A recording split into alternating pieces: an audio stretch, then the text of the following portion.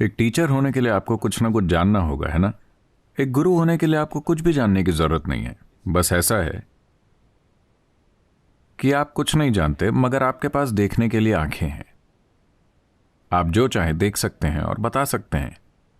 मगर एक टीचर होने के लिए आपको कुछ ना कुछ आना चाहिए। अगर आप कुछ नहीं जानते तो आप एक टीचर नहीं बन सकते, है ना। गुरु बनने के लिए आपको कुछ भी जानने की जरूरत नहीं है। एक खास स्तर का बोझ चाहिए, बस। आप किसी चीज के जानकार नहीं हैं। यह आसान है। टीचर होना मुश्किल है, क्योंकि आपको बहुत सी चीजें याद रखनी पड़ती हैं। क्या हमें उसके बदले गुरु बनना चाहिए?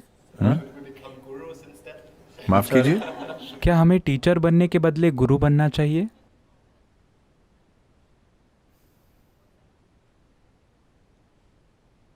बात यह है कि आप कभी गुरु बनने की कोशिश नहीं करते।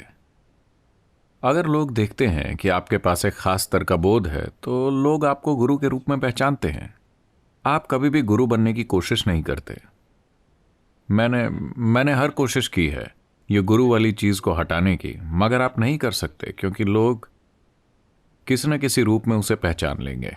आप चाहे कहीं भी हो, चाहे आप भारत में हो या और कहीं, वो शायद आपको गुरु ना बोलें, गुरु शब्द का इस्तेमाल ना करें, लेकिन दुनिया में कहीं भी अगर आप ऐसा व्यक्ति पाएं जिनका बोध आपके बोध से परे है, क्या आप उन्हें अनदेखा कर पाएंगे? लोग स्वाभाविक रूप से उनके आसपास इकट्ठा होते हैं। शायद वो गुरु शब्द का इस्तेमाल ना करें, वो कुछ और बोलें, लेकिन हमेशा ऐसा होता है ना, चाहे दुनिया का कोई भी हिस्सा हो। बस इतना है कि दुनिया के दूसरे हिस्सों में लोग अपने आप से उभरे, बिना किसी सिस्टम के सपोर्ट के। भारत में लोग उभरे क्योंकि यहां एक सिस्टम का सपोर्ट था, तो ज्यादा लोग उभरे। दूसरी जगहों पर कोई सिस्टमिक सपोर्ट नहीं है, तो लोग अपने आप से उभरे। जब वो उभरे तो उन्हें कुचल दिया गया, अक्सर क्योंकि कोई सिस्टमिक सपोर्ट नहीं था उन्हें पहचानने के लिए। मगर ऐसा कोई नहीं था जिसे पहचाना ना गया हो। मुझे यकीन है कि उन्होंने कुछ लोगों को इकट्ठा किया और किसी और ने आकर उन्हें नीचे गिरा दिया, है ना। तो कोई फर्क नहीं पड़ता कि यह दुनिया का कौन सा हिस्सा है। अगर लोगों को बोध का एक खास आयाम दिखता है तो स्वाभाविक रूप से वो उन्हें एक ज्ञानी के रूप में पहचान लेंगे। Usually, in India, we identify people as saints, sages and seers. आमतौर पर भारत में हम ऐसे लोगों को साधु, संत और ऋषियों के रूप में पहचानते हैं। संत का मतलब है कि वो सुखदता के एक खास स्तर पर पहुंच गए हैं। वो लोगों को आशीर्वाद दे सकते हैं। उनकी मौजूदगी में हर कोई अच्छा महसूस करता है, थोड़ी खुशहाली आती है, मगर वो कुछ सिखाते नहीं हैं, वो सिर्फ आशीर्वाद देते हैं। साधु का मतलब है कि उनकी थोड़ी पकड़ है। वो सुखद हो गए हैं, उनकी ऊर्जाएं सुखद हो गई हैं, लेकिन उन्होंने थोड़ा ज्ञान भी प्राप्त किया है, ज्ञान के कुछ खास आयाम। एक साधु खगोल शास्त्र या ज्योतिष विद्या या किसी दूसरे आयाम में अच्छा हो सकता है। सभी भारतीय गणितज्ञ साधुओं से बने हैं, यूनिवर्सिटी के विद्वानों से नहीं। साधु ही गणित और संगीत को लेकर आए। आपने सुना है, शिव खुद एक महान गणितज्ञ, संगीतकार, नर्तक, ये सभी चीजें थे, क्योंकि गणित स्वाभाविक रूप से आया। जब किसी ने अस्तित्व की गहराई में झांका है तो उसकी गणितीय पृष्ठभूमि मानव बुद्धिमत्ता में अभिव्यक्ति पाने लगी, और इस तरह वो स्वाभाविक रूप से गणितज्ञ बन गए। आपको रामानुजम जैसे लोगों की कहानी पढ़नी चाहिए। वो किसी शैक्षिक समर्थन के बिना ही शानदार गणितज्ञ बन गए, क्योंकि उनके अंदर ध्यान देने का एक खास स्तर था। वो साधु होते थे। ऋषि का मतलब है जो देख सकते हैं। देखिए, ये बहुत उपयुक्त अभिव्यक्ति है, जो जीवन को उस तरह देखता है जैसा वो है। तो क्या दूसरे लोग नहीं देख पाते? हाँ, दूसरे नहीं देख पाते।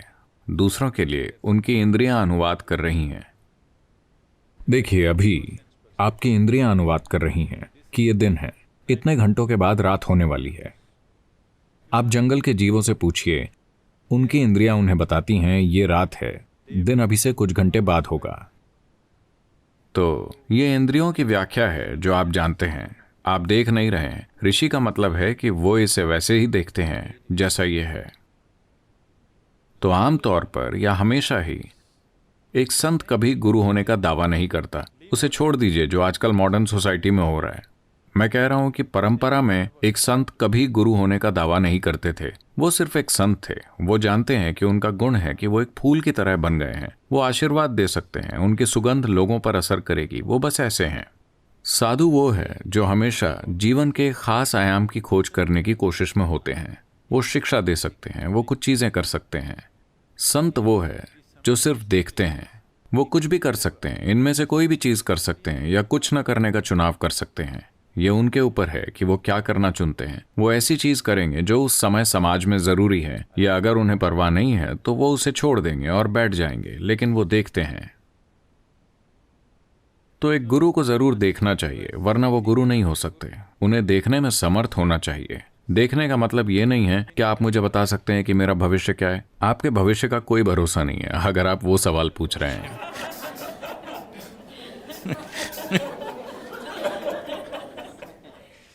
अगर आप वो सवाल पूछ रहे हैं तो ये एक निराशाजनक भविष्य है, क्योंकि अगर बेहतर भविष्य होने का आपका नजरिया सिर्फ इस सवाल से है कि क्या मुझे नौकरी मिलेगी, क्या मेरे पास पैसा होगा, क्या मैं टैक्स दे पाऊंगा, क्या मैं अपने बिल चुका पाऊंगा, ये भविष्य नहीं है। ये आप बस अस्तित्व में एक कण बन रहे हैं। आप किसी रूप में गोल गोल घूमते रहेंगे। तो भविष्य अगर आप एक खास तरह से देख लें कि आज जीवन अभिव्यक्त हो रहा है, अगर मैं देखता हूं कि अगर आप ये और ये करें तो किसी और रूप में अभिव्यक्त हो सकता है। अगर मैं आपको सही चीज सुझा सकूं, ऐसा इसलिए क्योंकि आपने ये देखा है, तो वो ऋषि है। अगर कोई देख नहीं सकता तो उसे गुरु नहीं होना चाहिए। बस उसके मानवीय पहलू को ही नहीं, बल्कि उसके अस्तित्व संबंधी पहलू को भी देखना, देखने में सक्षम होना। देखिए, इन दिनों कुछ तकनीकें आई हैं। मैं इन तकनीकों का नाम नहीं जानता, मगर कुछ चीजें जो मैंने देखी वो वाकई असाधारण हैं। ठीक है, देखिए, अभी अगर आप यहां बैठे, मान लीजिए आप आसन कर रहे हैं, मान लेते हैं कि आप ये सभी आसन करते हैं और चले जाते हैं। अब जिस जगह पर आपने आसन किए थे वहां एक खास मेमोरी है। आजकल वो उन्हें क्या कहते हैं, मुझे पता नहीं है कि क्या इसकी इमेज बनाने के तरीके हैं। आप यहां बैठे, कुछ किया और चले गए। अब वो आकर इसकी इमेज बना सकते हैं, जो सब चीजें आपने की। इसका उपयोग क्या है, इस पर कैसे जाएं, मेरा मतलब है वो सिर्फ युद्ध के संबंध में सोच सकते हैं। ठीक है, वो सोचेंगे कि उसे सेना के इस्तेमाल में कैसे लाएं, वो एक अलग चीज है। लेकिन अगर आप यहां आसन करते हैं और चले जाते हैं, अगर मैं इस हॉल में आऊं तो मैं देख सकता हूं कि आपने ये आसन किस तरह किए हैं। वो मुक्ति की एक प्रक्रिया है या खुद को गांठों में बांधने का एक तरीका। ये देखा जा सकता है। अगर मैं देखता हूं कि आप कुछ ऐसा कर रहे हैं तो ये नहीं कहा जाता आप ये कर रहे हैं, ये कीजिए। हम कुछ और करने को कहते हैं। आपके अंदर बस उसे करने की समझदारी होनी चाहिए। मैं कुछ सरल चीजें कहूंगा, आप टहल कर क्यों नहीं आते? अरे मैं टहलने क्यों जाऊं, सुबह मैं टहला था। ठीक है, क्योंकि जैसे ही आप तार्किक रूप से इन चीजों को समझने की कोशिश करते हैं, ये चीजें काम नहीं करेंगी। तो ये चीजें हमेशा सूक्ष्म रूपों में की जाती हैं। सिर्फ कुछ ही लोगों में उन सूक्ष्म निर्देशों को पालन करने की समझदारी होती है। सब लोग सवाल और बहस करेंगे, हर किसी से चर्चा करेंगे और तुरंत उसे बर्बाद कर देंगे। हम कहते हैं ठीक है, और 12 साल इंतजार कीजिए, देखते हैं। व्यक्ति के जीवन में क्षण आते हैं, चीजें करने के चक्र में कुछ क्षण आपके जीवन में आते हैं। उस क्षण जब जरूरी हस्तक्षेप किया जाता है, अगर आप उसे नहीं अपनाते, वो क्षण निकल जाएगा और हमें इंतजार करना होगा। अगर आपके पास वो शक्ति है कि आप अपना क्षण पैदा कर सकते हैं और चक्रों का इंतजार नहीं, तो ये सबसे शानदार चीज होगी। मगर हर कोई इसमें समर्थ नहीं है। उन्हें उस क्षण का इंतजार करना होगा। लेकिन जब वो क्षण आता है, स्वाभाविक रूप से निर्देश मिलेंगे। जब उन निर्देशों, अब जब मैं ये कह रहा हूं, तमाम चंचल दिमाग हर चीज को एक संकेत की तरह देखना शुरू कर देंगे। कैलिफोर्निया में उन्हें हर तरह के संकेत मिलते हैं, हर दिन। तो इन चीजों में खतरा है, लेकिन कम से कम जब स्पष्ट मौखिक निर्देश दिए जाते हैं, लोगों में उसे करने की समझदारी होनी चाहिए। वरना, क्योंकि अगर मैं उसे समझाने की कोशिश करूं तो यह काम नहीं करेगा। यह काम क्यों नहीं करेगा? आप ये क्यों नहीं कर सकते? आप देखिए, ये एक सरल चीज है। आपके शरीर, भौतिक शरीर और आपके मन के बीच एक सूक्ष्मता है। कि आपके मन में जो होता है उसे उस तरह से नहीं समझा जा सकता जिस तरह हम शारीरिक गतिविधियों को समझते हैं, है ना? आपकी भावनाओं में जो होता है उसे आपकी मन की गतिविधियों की तरह तार्किक रूप से नहीं समझा जा सकता, है ना? जैसे जैसे चीजें सूक्ष्म होती जाती हैं वो तार्किक प्रक्रिया के लिए कम से कम उपलब्ध होती हैं। अगर हम इस तर्क को नहीं समझते, अगर आप हर चीज को उस तरह संभालने की कोशिश करते हैं जैसे आप भौतिक चीजों को संभालते हैं, तो इंसान मर जाएंगे। अगर आप इंसानों को भौतिक चीजों की तरह संभालने की कोशिश करते हैं तो आप देखेंगे कि कोई भी आपके साथ नहीं होगा, है ना? हाँ या ना?